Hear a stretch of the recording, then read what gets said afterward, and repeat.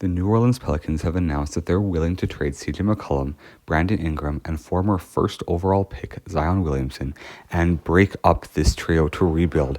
And this shows that they're willing to actually give up on a former number one overall pick only 5.5 years after he was drafted number one overall and compared to LeBron James. And when Zion has been on the court, he hasn't actually been bad. And throughout the first 5 years of his career, he's actually been pretty solid. But the problem has been he's played under half the games that he's been able to play throughout his career, and he even missed the entire 2021-2022 season. And he's only played over 60 games twice in that entire career, and he's only played over 30 games twice in 6 seasons, including this season. And for a player that you're supposed to be building around as a face of a franchise, that is simply unacceptable. And in his first season, he averaged 23 points a game, shot the ball decent from three, but in his second season, he went up to 27 points a game. But ever since then, his points per game averages have been dropping, and he just has not been able to stay on the court. And this season, he's only played 6 games, and he's going to be out for another long while. And with Zion Williamson, over the past 5 seasons and then throughout this season, they have only made the playoffs twice and have lost in the first round both times. And this season, they're sitting at 5-22, even with a star-studded lineup that includes guys like a Brandon Ingram and a CJ McCollum. And that is simply due to injuries and the fact that the star of their franchise and the face of their franchise hasn't been able to stay on the court. They went out and got guys like Brandon Ingram and CJ McCollum to try to build around Zion Williamson. But you can't build around a player that is not able to stay on the court.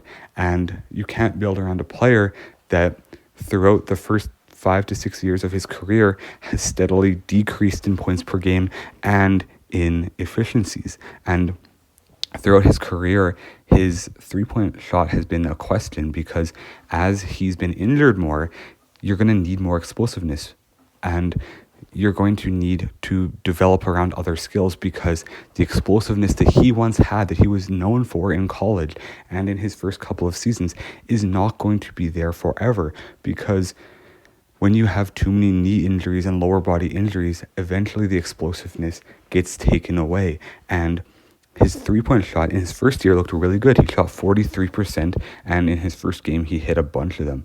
But at only 24 years old, his explosiveness has gone down a lot, and he's going to need to develop other skills. But even his mid-range game hasn't really developed over the course of his career, and right now he's stuck at about a 33% shooter from the three-point line, which isn't necessarily a terrible rate, but it's not the rate of a player who's going to be really efficient from three. And even a player like LeBron James, as he's gotten older, has been able to develop a three-point shot to offset the lack of explosiveness and athleticism he's dealt with as he's 40 years old. And yes, Zion is only 24, and he shouldn't be dealing with this decline in athleticism. But because of all the injuries that he has gone through his short 5.5-year NBA career, he is going to have to develop more skills and have a more skill-based play style than he has. And if you look at a guy like Derrick Rose earlier on, Derrick Rose never was able to really gain a very good jump shot, and the lack of athleticism because of injuries kept him out of the NBA. And I think it's a similar situation with Zion Williamson, and it's very sad to see. Let me know in the comment section below if you think that Zion will ever be back to an All-NBA type player. God bless you all. Have an amazing day, and make sure you subscribe to the channel. God bless.